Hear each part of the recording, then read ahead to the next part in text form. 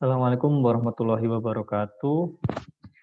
Perkenalkan nama saya Nuri Hermawan, mahasiswa S2 Ilmu Linguistik Universitas Airlangga. Di sini saya akan mempresentasikan makalah atau paper saya yang berjudul Wujud Ketidaksantunan Berbahasa Jawa dan Batak pada pemeran utama Syahrial Makbeti. Ada 4 bahasan yang akan saya bahas dalam paper ini. Pertama, pendahuluan, landasan teori, metode penelitian dan pembahasan, dan juga simpulan. Nah, pendahuluan di sini akan lebih pada perspektif mengenai bahasa yang kita tahu bahasa adalah segala sesuatu hal yang diinginkan oleh manusia dapat dipahami dan dimengerti. Untuk itu santun dalam berbahasa dapat menunjukkan perangai, watak, dan tingkah laku seseorang. Dalam berbahasa, kesantunan merupakan aturan yang disepakati bersama oleh masyarakat. Ini mohon maaf akan saya percepat karena keterbatasan waktu yang diberikan.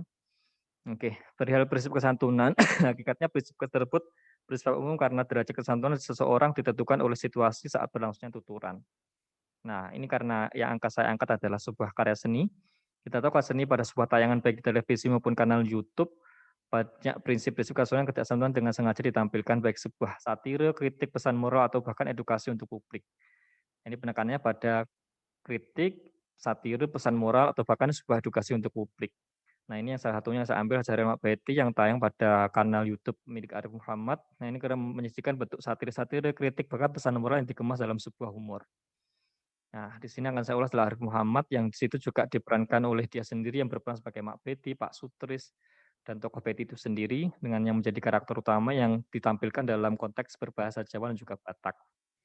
Nah, meski dalam beberapa tayang itu melanggar prinsip kesantunan, sekali lagi ini sebuah hanya karya imajinasi yang kerap trending di YouTube, ini menjadi sebuah bentuk apa? Memiliki kritik-kritik, kritik sosial, satir, dan bahkan menjadi sebuah gambaran kehidupan sosial masyarakat Indonesia pada umumnya.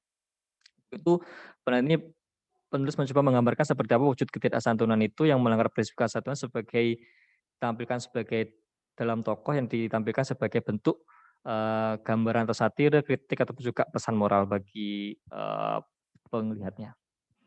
Landasan teori saya gunakan adalah landasan teori kesantunan yang disampaikan oleh Leeds, ada maksim kearifan, kedermawanan, pujian, kerendahan hati, kesepakatan, juga maksim simpati.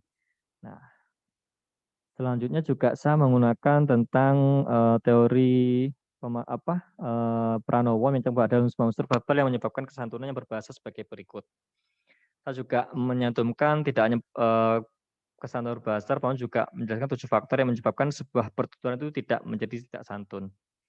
Saya juga mengambil dari Parrot, membedakan konteks tutur menjadi beberapa macam. Dan selanjutnya metode penelitian saya gunakan adalah metode penelitian deskriptif. Kemudian saya menggunakan pengambilan langkah-langkah dengan mentranskripsikan data hasil melihat tayangan Syahrial Makbeti dalam bentuk tulisan, dan kemudian dianalisis ke dalam bentuk maksim-maksim. Nah, berikut pembahasannya karena Makbeti ini salah satu serial yang masih dan cukup trending sampai saat ini, maka saya hanya mengambil 3 alur atau cerita utama yang mengandung unsur-unsur ketidaksantunan digunakan dalam serial tersebut. Pertama adalah serial berjudul Pak Sutris Sakit Karena Kebanyakan Begadang. Ini bagaimana contoh ketidaksantunan atau pelanggaran maksim itu disampaikan dalam beberapa komunikasi antara Pak Sutris dan juga Makbeti. Berikut ada beberapa contohnya seperti penggunaan kayak tokek sawit, cangkapmu pedes, masuk angin bangga, dan sebagainya. Bagaimana bentuk-bentuk tuturan-tuturan yang melanggar beberapa maksim yang ada. Soalnya serial yang berjudul Puasa Pertama, Sahur Pertama ini juga bagaimana disampaikan oleh Makbeti yang sebagai istri dengan Pak Surya sebagai suami dan juga Betty sebagai anaknya. Ada tuturan-tuturannya bagaimana di situ juga beberapa melanggar prinsip kesantunan.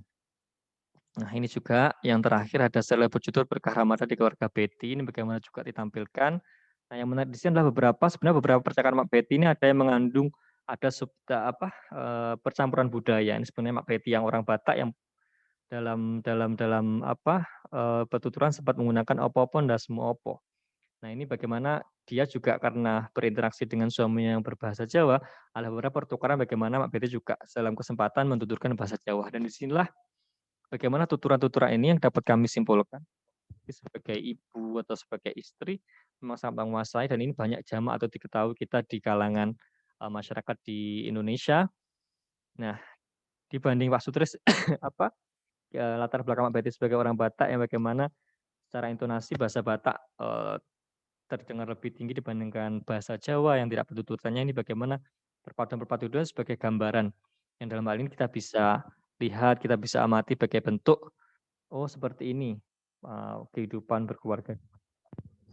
Sekali lagi mungkin ini sebagai sebuah kritik ya, bagaimana sebenarnya untuk menciptakan sebuah harmonitas tuh meskipun dalam, eee, perbedaan budaya itu harus seperti apa.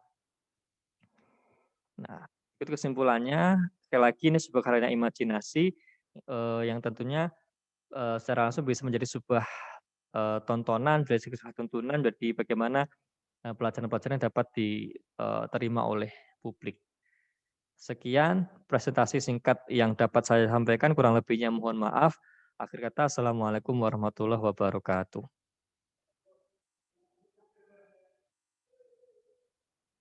Stop. Stop ya.